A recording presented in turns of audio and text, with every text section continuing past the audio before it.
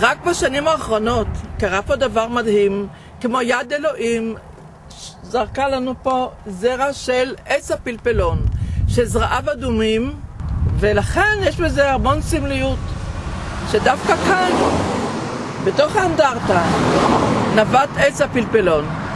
ליד גן העד לאבי ויואל מתגבשת ההחלטה להקים אתר הנצחה לכל חללי הגדוד, גדוד 405. מדי שנה מתכנסים בני המשפחות השכולות וותיקי הגדוד כדי להעלות ביחד את זכר הנופלים. בין הפוקדים הקבועים את גל העד הברזל, גם אורי מנוס, הסמג"ד במלחמה, רעייתו לביאה ורס"ר הגדוד, נעי זעין.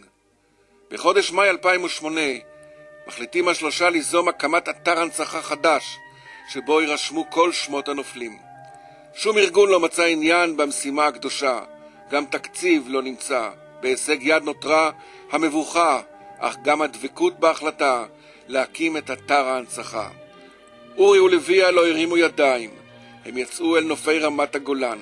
לביאה תרה אחר חומרים בנוף שישקפו באתר ההנצחה את המקום בו נפלו הלוחמים, באבן, בצומח, בעיצוב הכיתוב ובמראה הכולל. אורי לקח על עצמו לנהל את הקרב הגדול לגיוס האמצעים, לתרגם את יצירת האומנות של לביאה למעשה של הפקה בשטח. את הפתרון המיוחל מצא אורי במשפחת התותחנים. פניתי ל-150 חברים, ותיקי תותחנים, והייתה הענות מרובה והתחלנו להניע. יישובים ברמת הגולן תרמו את אספקת המים לשתילים, ו100 טון טוף כדי ליצור את התשתית לאתר ההנצחה.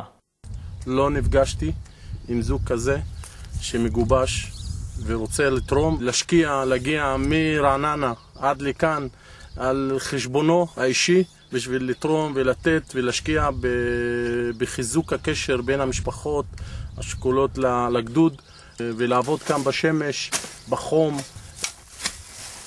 ולריב ביחד, ובסוף אני רואה שיש זוג כזה שמביא אחד את השני. אני מנטור זוחל. זה מאוד מדהים. לביאה התעקשה, לחצה לקבלן ולטרקטוריסט, והשלימה את המשימה על קוצו של יוד. ליורי שום דבר לא הולך, הוא בראש ובראשונה מאחורי כל דבר שאני עושה. לביאה רצתה לעצב את האתר כחלק בלתי נפרד מנוף רמת הגולן. הגולן בשבילנו, בגלל אורי כמובן, הוא בית שני. עם בוצר הברכיים גם הגענו. כך שגם הכרנו את הגולן ואת האבנים ואת כל האווירה ואת כל הנוף של הגולן. היה חשוב לי להתמזג עם הנוף, לא ללכת נגד הנוף, עם החומרים שנמצאים במקום. במרכז אתר ההנצחה הוצבו 2 לוחות בזלת. על הלוחות נחרטו באבן שמות הנופלים. ליד שמו של כל חלל נרשמו פרטים על נסיבות נפילתו.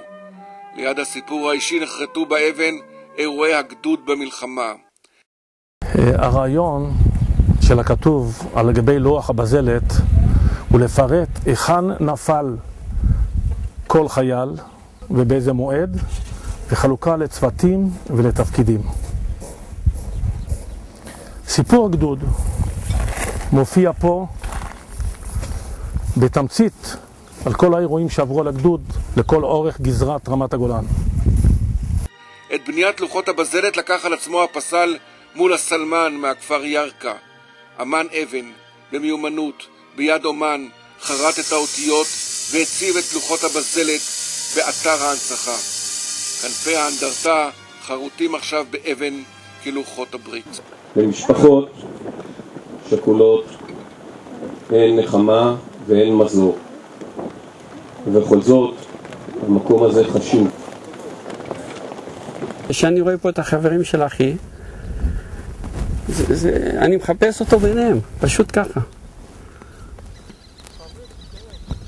הזמן אומרים שמרפא, אבל זה לא תמיד עובד. בעומק מתחם ההנצחה הוצב עץ צפצפה עשוי ברזל. 21 ענפי העץ כמספר הנופלים שנגדעו מהחיים. ובאחד הטיולים שלנו אני רואה עץ צפצפה ערום, זה היה בחורף. וזה נתן לי את הרעיון השלד לפסל.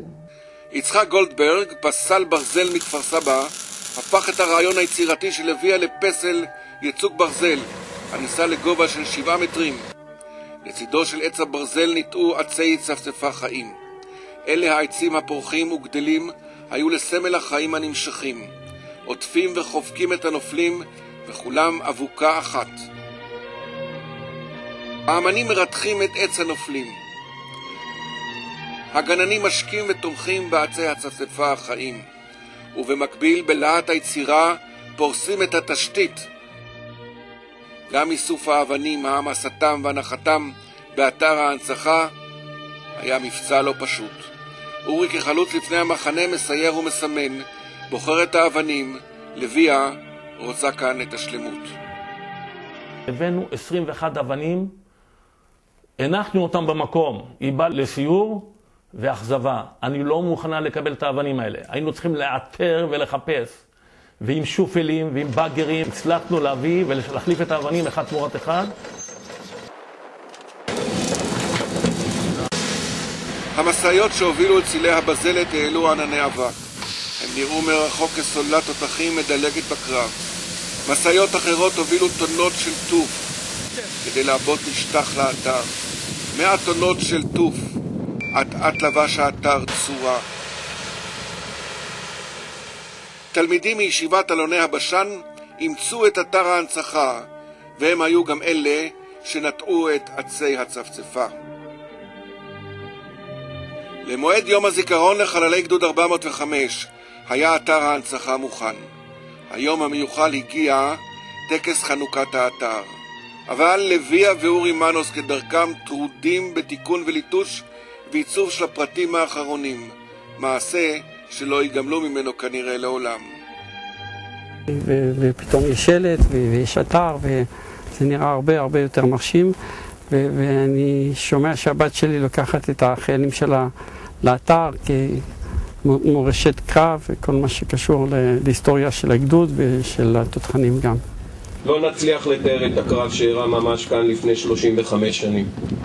אבל השילוב בין המילים שחרוטות על לוח הבזלת, לעצי הצפצפה, לתל פרס, שנמצא ממש מאחורינו משני צדדיו, פרץ הנחשול הסורי, ובעיקר הנוף, שנשקף למטה אל העמק ומדינת ישראל, הם אלו שמהווים עדות חיה לגבורותם של כל אותם חבורה מופלאה של לוחמים, שכפי שכתוב כאן על השלט או על המצבה, חדורי תחושת שליחות והקרבה, ומהווים מופת ודוגמה לחיל התותחנים ולצה"ל, וימשיכו להיות מופת לכולנו, ללוחמים ולמפקדים, דורות קדימה.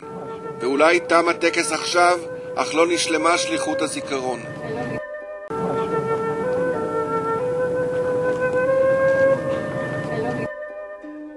מעשה אתר ההנצחה עשה בית לשכול, לבכות בו, להיזכר ולהיות גאים בבנים. מהיום הזה היו כולם החיים והנופלים בני אותו הכפר. אתר ההנצחה עשה את הזיכרון מזיכרון פרטי לזיכרון הקולקטיבי של כולנו, לימוד מורשת הקרב והזיכרון לדורות הבאים. שדה ירוק חצינו עד צוואר, בערב שבנו יחד לכיכר, כי אנחנו מאותו הכפר. ובלילות שישי כשרוח